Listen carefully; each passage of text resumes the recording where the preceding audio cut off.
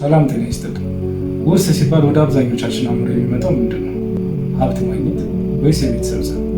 በኢትዮጵያ ፍርድ ቤቶች ከሚታዩ አብዛኛው የፍትሐ ብሔር ክርክሮች መካከል ትልቁን ድርሻ የሚወስደው የውርስ ጉዳይ ነው። እናት ወይም አባት ሲያልፉ ንብረት እንዴት ይከፋፈላል? የጉዲፈቻ ልጆች እንዴት ይሆናሉ? ከጋብቻ ውጭ የተወለዱት ልጆች መብታቸው ምንድን ነው? ዛሬ በዚህ ቪዲዮ የኢትዮጵያ የውርስ ሕግ ሰክሰሽን ሎው ውስብስብ ቃላትን ወደ ቀላል አማርኛ ቀይረን መረዳት ወይም ማወቅ ያለበትን ወሳኝ ነጥቦችን እንመለከታለን። አብራችሁን ቆዩ። ሰው ኑዛዜ ሳይጽፍ ቢሞት ንብረቱ ምን ይሆናል ወይንም ወዴት ይሄዳል?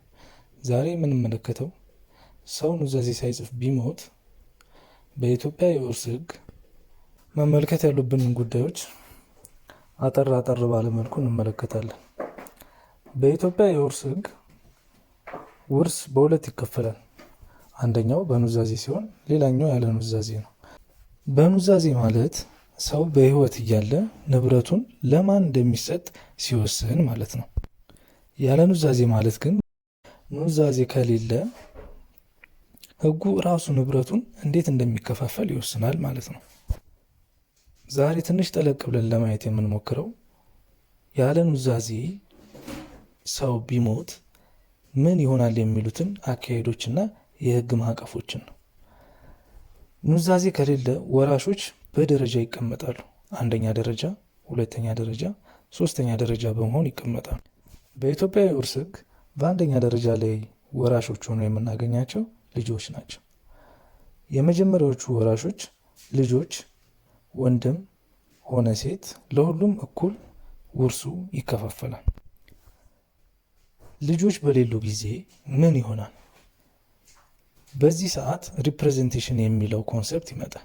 ሪፕሬዘንቴሽን ማለት ሟች ልጅ ወልዶ ከሞተ ወይም የሚተካ ወራሽ ኖሮት ያለፈ ከሆነ ቀጥታ የመጀመሪያ ደረጃ ወራሹ የሚሆነው ልጁ ነው።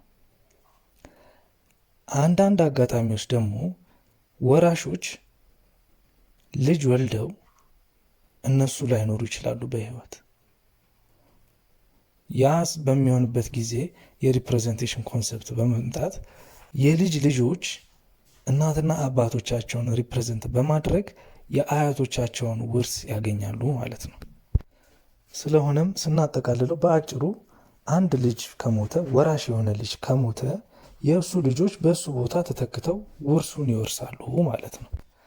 በኢትዮጵያ የውርስ ሕግ በሁለተኛ ደረጃ ላይ የምናገኛቸው ወላጆች ወይንም ወንድም እህቶች ናቸው።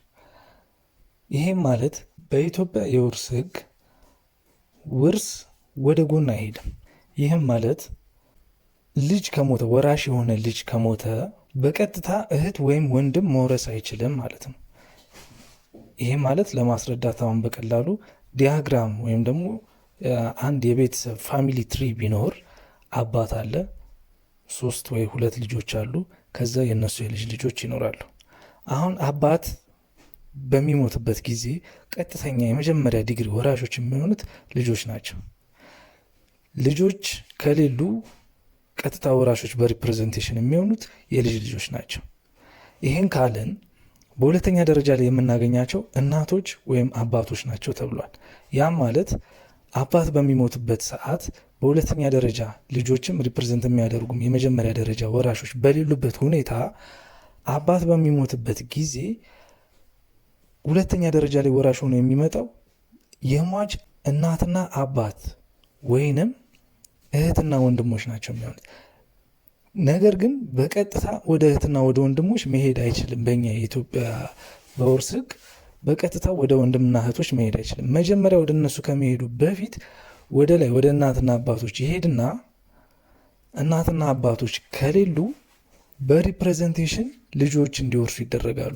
ልጆች እንዲወርሱ በሚደረጉበት ሰዓት ባይ ዲፎልት የሟች ወንድምና እህት ይሆናሉ እንጂ በተለምዶ ብዙ ጊዜ እህት ወይ ወንድም የወንድማቸውን ወይ የእህታቸውን ውርስ ለመውረስ ሲመጡ እናያለን እና በተለምዶ ብዥታ የሚፈጥር አይዲዮሎጂ አለ።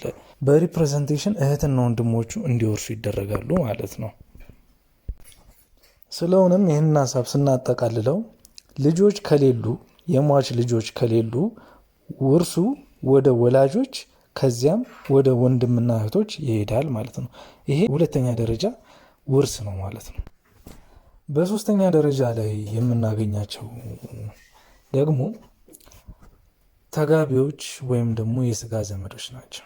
አሁን ይሄ ሁሉ በማይኖርበት ጊዜ የመጀመሪያ ደረጃ ወራሽ ከሌለ፣ ሁለተኛ ደረጃም ወራሽ ከሌለ፣ ሟች ልጅ ከሌለው፣ እህት ወንድሞች ከሌሉት፣ እናትና አባቱም በህይወት ከሌሉ ድጋሚ ወደ ላይ ይሄድና ወደ ሰርድ ጀኔሬሽን ወደ ሆነው ይሄድና ድጋሚ ወደታች ይወርዳል ማለት ነው። ያ ማለት ወደ ማን ነው? ወደ አክስት ወደ አጎት ልጅ ይሄዳል።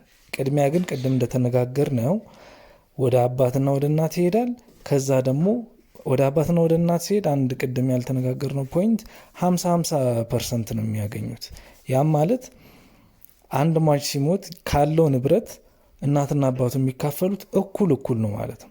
ያ ማለት እናትና አባት በህይወት ከሌሉ የአባት ዘመዶች የሚያገኙት የሟችን ግማሽ ሀብት ያገኛሉ። የእናት ዘመዶች ደግሞ የሟችን ግማሽ ሀብት ያገኛሉ ማለት ነው። በቀጣይ ቪዲዮ በውርስ ሂደት ላይ የሚሰሩ ስህተቶችን እንደዚሁም ውርስ ለመጠየቅ የይርጋ ጊዜ ወይም የጊዜ ገደብ የሚለውን በመያዝ ወር ደግሞ ዝም ማለት የሚያመጣውን ችግር ለመመልከት እንሞክራለን።